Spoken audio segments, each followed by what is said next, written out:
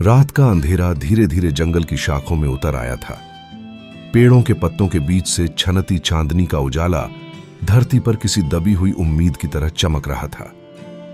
एक भील बस्ती के छोर पर एक छोटी सी झोपड़ी थी, जिसके भीतर एक 7 वर्ष की लड़की दीवार से सटकर बैठी थी। उसके शरीर पर खुरदरे कपड़े थे, बाल बिखरे हुए और आंखों में एक अनकहा डर।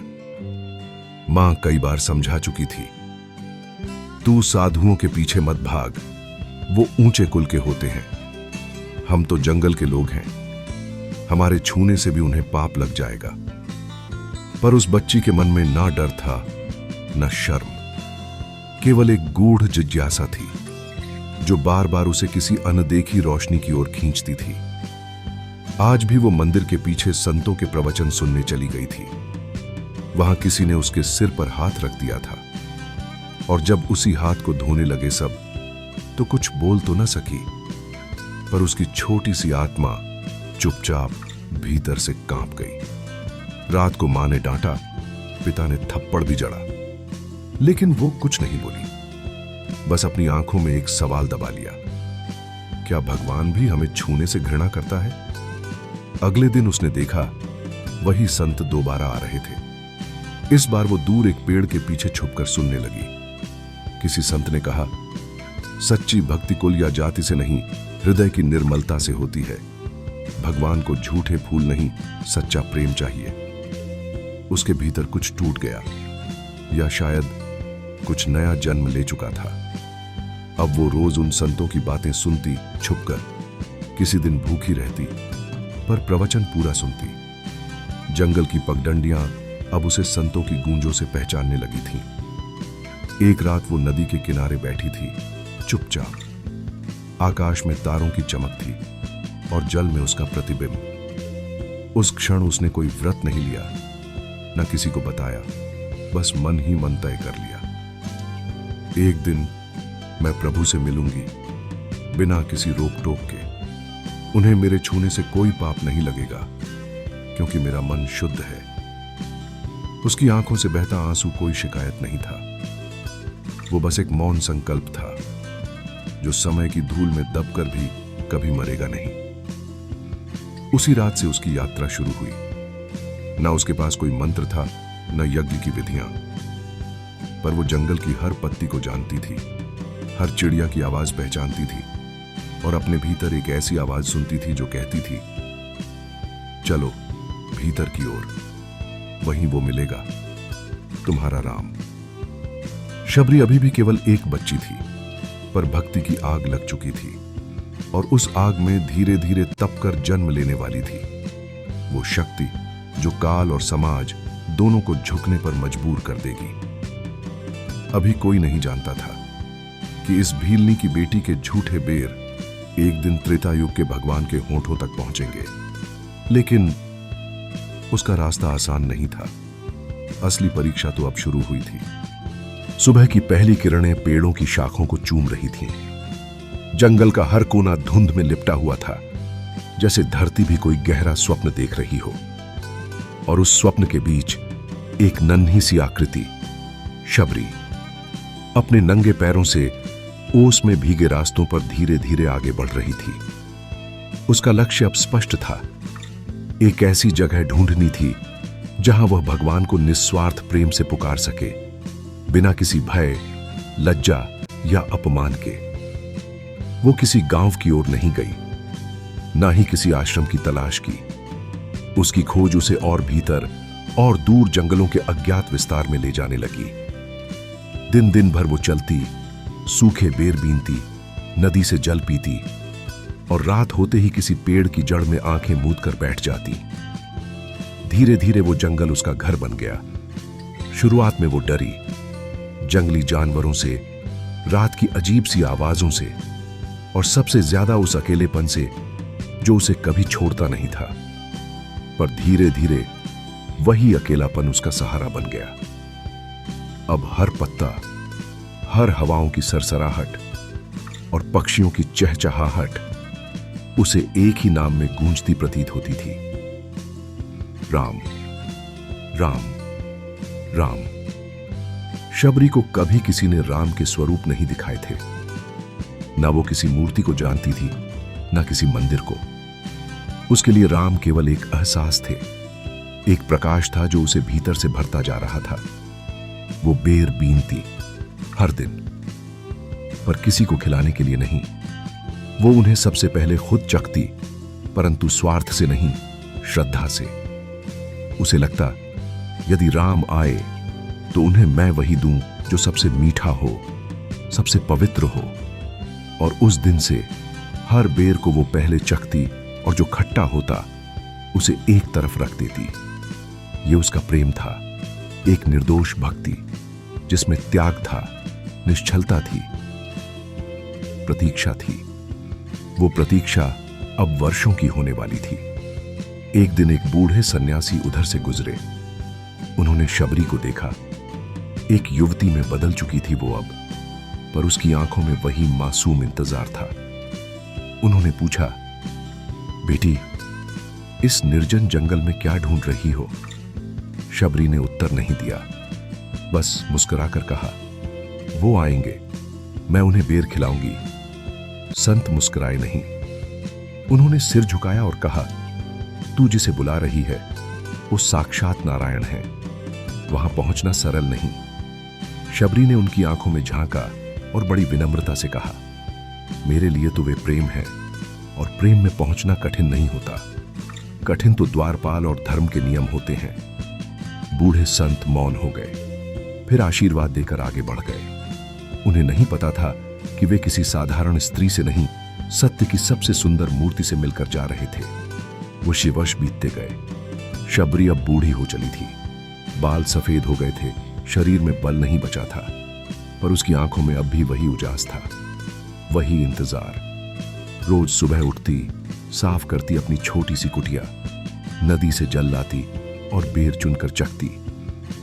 आज शायद आए, नहीं, कल जरूर आएंगे।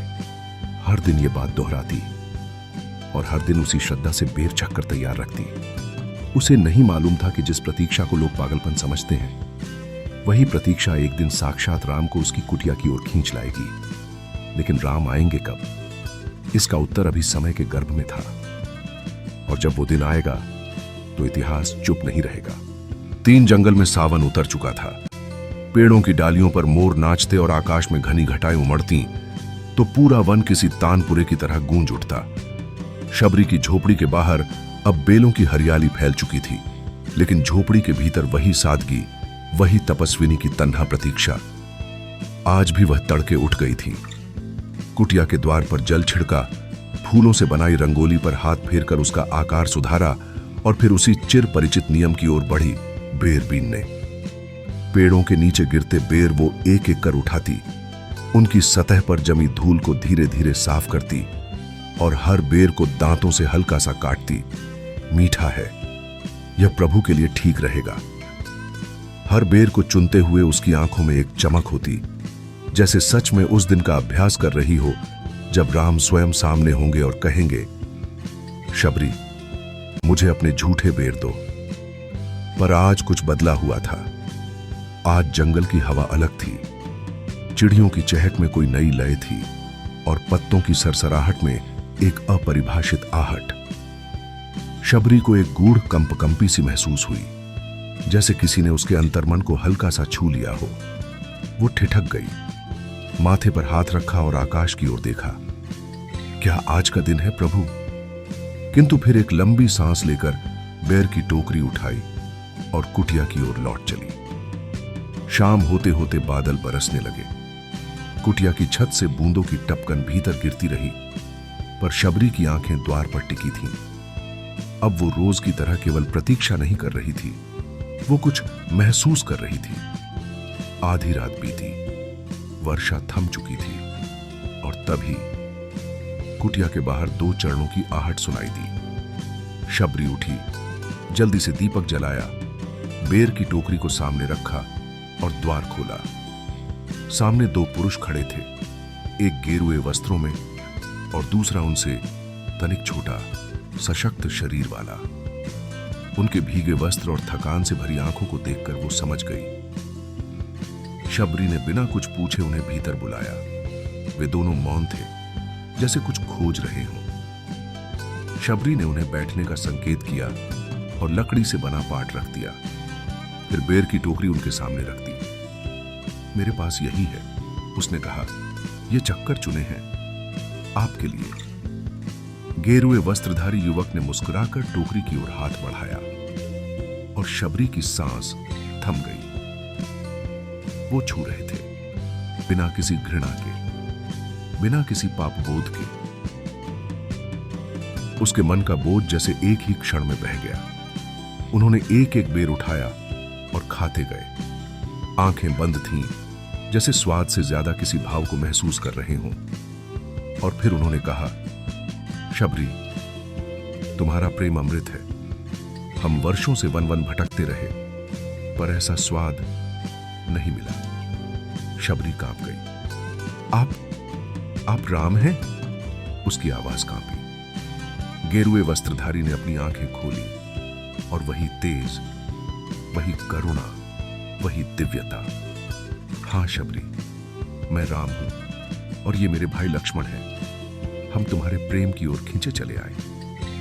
शबरी की आंखों से आंसू बह निकले। वर्षों की प्रतीक्षा, समाज की ठुकराहट, अकेलेपन की घुटन, सब जैसे इसी क्षण के लिए संचित थी।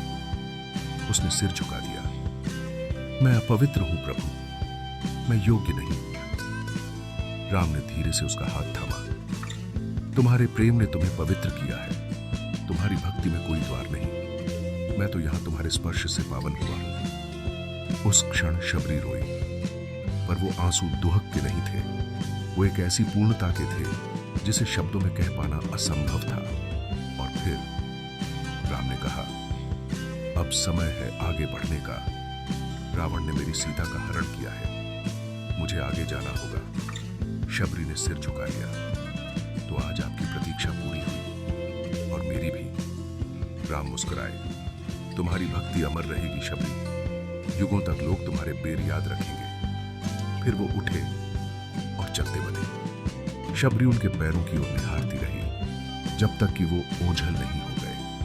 और फिर धीरे से कुटिया के द्वार को बंद कर वहीं बैठ गई, मुस्कुराते हुए, आंखें बंद कर, जैसे उसने स्वयं को पा लिया हो।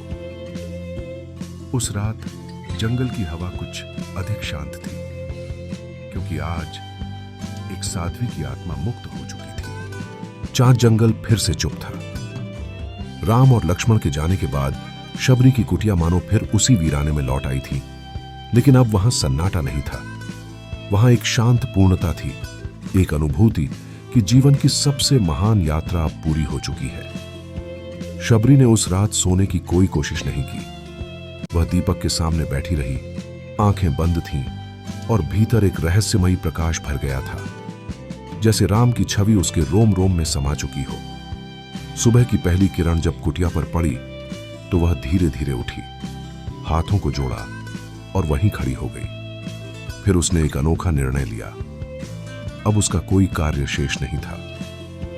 शबरी जंगल के भीतर गहराई में चली गई, वहां जहां वर्षों पहले उसके गुरु मातंग ऋषि का आश्रम हुआ करता था। अब वहां केवल जर्जर खंडहर बचे थे, लेकिन उन खंडहरों में उसकी स्मृतियां बसी थीं। जब वो एक अछूत बालिका थी और ऋषि ने उसे अपनाया था, उसे भक्ति की राह दिखाई थी। वह उसी स्थान पर बैठ गई जहां कभी गुरु ध्यान लगाया करते थे। आंखें मूंदकर उसने भी ध्यान लगाया और अपनी सांसों को धीमा करती गई। और वहीं भीतर से एक विस्मयकारी भाव उपजा। गुरु की वाणी जैसे पुनः सुनाई देने लगी, एक दिन राम आएंगे और तेरी भक्ति को स्वयं स्वीकार करेंगे। जब वो दिन आए तो समझना कि तुझे अब इस जीवन में कुछ और नहीं करना है। शबरी की आंखें नम हो गईं। आज वही दिन था। उसने हाथ जोड़कर आकाश की ओर देखा और अपने अंतर्मन से कहा, प्रभु, अब मुझे ले चलो। मेरी देह यहीं रहे, पर आत्मा अब तुम्हारे चरणों में रहे। धीरे धीरे उसकी सांसें रुकने लगीं। उसका चेहरा शांत था और फिर जैसे किसी अदृश्य करुणा ने उसे छू लिया हो, शबरी की आत्मा शरीर से मुक्त हो गई। एक नन्हा प्रकाश बिंदु आकाश की ओर बढ़ा और फिर विलीन हो गया। कुछ वर्षों बाद जब प्रभु श्री राम ने लंका विजय की ओर अयोध्या लौटे तो उनके साथ चलने वाले ऋषि मुनियों में से एक वृद्ध तपस्वी ने कहा, प्रभु, उस वन में जहां आप शबरी से मिले थे वहां अब हर साल कोई अद्भुत महक उठती है। कोई पुष्प नहीं, कोई फल नहीं, फिर भी वहां की हवा में मीठापन है। वहां रात्रि में दीपक स्वयं जल उठते हैं। क्या यह उस भक्तिन का प्रभाव है? राम मुस्कुराए, आंखों में करुणा छलक आई। हां, जहां शबरी की भक्ति थी वहां अब उसकी आत्मा है। वो स्थान अब तीर्थ बन चुका है। वहां हर भक्त को उसकी सच्ची लगन की गंध मिलेगी। और इस तरह एक अछूत मानी जाने वाली स्त्री जिसने समाज से त्याग पाकर प्रभु को अपनाया, आज भक्ति की परिभाषा बन चुकी थी।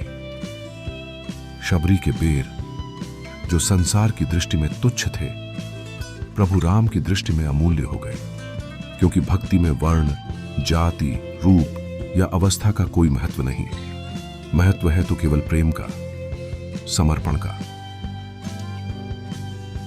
ऋषियों के उस प्रश्न पर प्रभु श्री राम की आंखें कुछ क्षणों के लिए शांत हो गईं।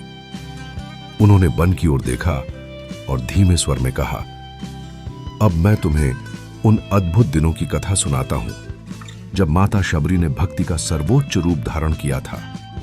और वह स्थान केवल एक आश्रम नहीं बल्कि भक्ति का तीर्थ बन गया था।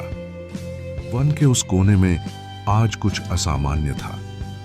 न पेड़ों की सरसराहट, न पशुओं की चहल पहल, जैसे प्रकृति भी अपनी श्वास रोककर उस मिलन की साक्षी बनना चाह रही हो जिसका प्रतीक्षा युगों से हो रही थी। माता शबरी अपने जर्जर किंतु दीप्तिमान शरीर को लिए द्वार पर खड़ी थीं। अश्रुपूरित नेत्रों से उन्होंने प्रभु राम के चरणों को देखा और उनके भीतर वर्षों से संचित श्रद्धा, तप, प्रतीक्षा और विश्वास सब एक ही क्षण में बह चले। श्री राम मुस्कुराए। उन्होंने शबरी के चरणों की ओर देखा और बोले, माता, आज तुम्हारे समर्पण, प्रेम और निष्कलुष विश्वास ने मुझे आकर्षित किया है। शबरी कांपती हुई वाणी में बोली, प्रभु, मुझे कोई वेद नहीं आता, कोई यज्ञ नहीं किया, बस आपके नाम का स्मरण था और प्रतीक्षा थी। क्या वह पर्याप्त है? श्री राम ने प्रेम से कहा, माता, जो भाव तुम्हारे हृदय में है वही तो सच्ची भक्ति है। आओ, मैं तुम्हें अनवधा भक्ति के रहस्य का उपदेश दूं। और प्रभु राम ने अपनी करुणा से भरी वाणी में नवधा भक्ति का वर्णन प्रारंभ किया। प्रथम भक्ति संतन्न कर संघा। कथा में आनंद पाता है वह कभी सांसारिक सुखों की ओर नहीं देखता। शबरी बोली, प्रभु, मैं रोज आपकी कथाएं सुनती थी, कभी अपने मन में, कभी ऋषियों से। गुरपद पंकज सेवा, तीसरी भक्ति अमान। तीसरी भक्ति है बिना अहंकार के गुरु की सेवा करना। शबरी की आंखें भर आईं। मेरे गुरु मतंग ऋषि के चरणों में जो कुछ था वही अर्पण किया। प्रभु, अहंकार तो कभी छू तक न सका मुझे। चौथी भक्ति मम गुण गण करी कपट तजिगान। चौथी भक्ति है कपट रहित होकर भगवान के गुणों का गान करना। हे राम, आपकी महिमा मैं जब गाती थी तो मेरे शब्द नहीं, मेरा आत्मा बोलती थी। मंत्र जाप मम दृढ़ विश्वासा, पंचम भजन सो वेद प्रकाशा। पांचवी भक्ति है मेरे नाम का मंत्र जाप और मुझ पर अटूट विश्वास। हे प्रभु, राम राम के सिवा और कुछ स्मरण नहीं था मुझे, यही तो मेरी सांस थी। छठ दम सील बिरति बहुकर्मा, निरत निरंतर सज्जन धर्मा। छठी भक्ति है इंद्रियों पर संयम, शील, वैराग्य और सत्कर्मों में निरंतर लगे रहना।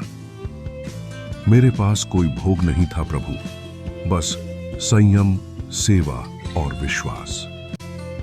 सातवां सम मोहिमय जग देखा, मोते संत अधिक करी लेखा। सातवीं भक्ति है संभाव, सब में प्रभु को देखना और संतों को प्रभु से भी श्रेष्ठ मानना। प्रभु, मैंने हर आगंतुक में आपकी छाया देखी और हर साधु में आपके दर्शन। आठवां जथा लाभ संतोषा, सपने हूं नहीं देखी परदोषा। आठवीं भक्ति है अपने भाग्य में संतोष और कभी किसी में दोष न देखना। जो भी मिला प्रभु, उसे मैंने प्रसाद माना, किसी को दोषी न माना, क्योंकि आप सबके भीतर हैं। नवम सरल सबसन छलहीना, नवमी भक्ति है सरल हृदय, छल कपट से रहित व्यवहार और संतों के प्रति असीम प्रेम। शबरी अब भाव विभोर हो गई थी, वह बोले जा रही थीं। नहीं, उनका आत्मा बोल रहा था और प्रभु सुन रहे थे, हर्ष से, करुणा से, गर्व से। श्री राम ने फिर कहा, हे माता, इन 9 भक्तियों में से कोई एक भी जिसके भीतर हो वह मुझे अति प्रिय होता है, लेकिन तुम तो इन सभी में पूर्ण हो। तुम्हारी भक्ति ने आज मुझे बांध लिया है। शबरी की आंखें भर गईं और उसी क्षण जैसे ब्रह्मांड की सारी साधना पूर्ण हो गई हो, वह उठी, प्रभु के चरणों को छुआ और श्री राम ने उन्हें आलिंगन में ले लिया। उस दिन केवल एक साध्वी का उद्धार नहीं हुआ, बल्कि सिद्ध हुआ कि भगवान केवल वेदों और यज्ञों के नहीं, प्रेम और समर्पण के भूखे हैं। शबरी की यह अद्भुत यात्रा हमें सिखाती है कि सच्ची भक्ति में न समय मायने रखता है, न स्थान। यदि मन में श्रद्धा हो तो प्रभु स्वयं भक्त के द्वार पर आ जाते हैं। यदि इस कथा ने आपके हृदय को छुआ है तो आइए इस भक्ति की ज्योति को और आगे फैलाएं। टेक्नो मिरर चैनल को अभी सब्सक्राइब करें और जुड़िए ऐसी ही दिव्य, प्रेरणादायक और आध्यात्म से जुड़ी कहानियों की यात्रा में। वीडियो को लाइक करें, कमेंट में जय श्री राम लिखें और इसे अपने परिवार व मित्रों के साथ जरूर साझा करें, क्योंकि एक कथा किसी का जीवन बदल सकती है। जय श्री राम।